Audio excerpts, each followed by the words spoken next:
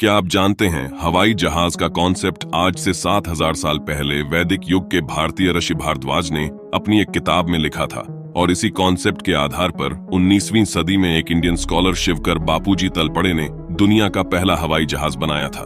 वो भी Wright brothers से 8 साल पहले। माना जाता है कि भारद्वाज वैदिक समय के बहुत रिस्पेक्टेड ऋषि थे, जिनका आश्रम आज के उत्तर प्रदेश के प्रयागराज में था।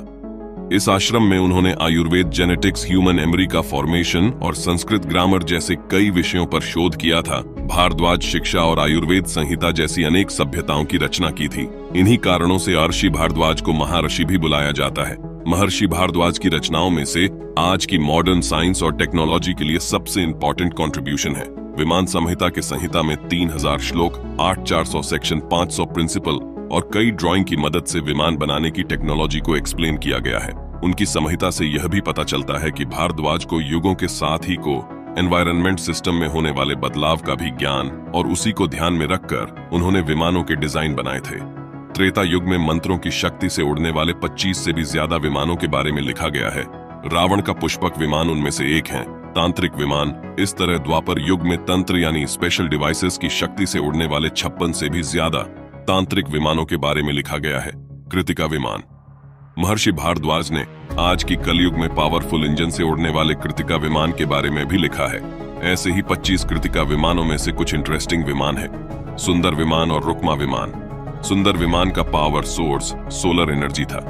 5 गैस के इंजन, एग्जॉस्ट पाइप और वेल्स भी शामिल है। रुक्मा विमान फ्यूचरिस्टिक, जिसमें 18 सेंचुरी के बाद आविष्कार किए गए टेक्निक्स देखने को मिलते हैं, जैसे ही सिलेंडर, पिस्टन और पंप विमान की नीचे लगे बोस और भी वादन स्विच इसकी मदद से घूमते थे, जिससे विमान उड़ता था। शकुन विमान लोहा से बनाए जाते थे। जो ही विमान संहिता में डिटेल डायमेंशन के साथ विमान के बारे डिस्क्रिप्शन बताए गए हैं। भारद्वाज के इसी विमान के डिजाइन को स्टडी करके सन 1895 में भारतीय वैदिक पंडित शिवकर बापूजी तलपड़े ने विश्व का सर्वप्रथम अनमैन एयरक्राफ्ट बनाया और इस एयरक्राफ्ट को धरती से 1500 फीट की ऊंचाई पर बॉम्बे के चौपाटी बीच पर उड़ाया था।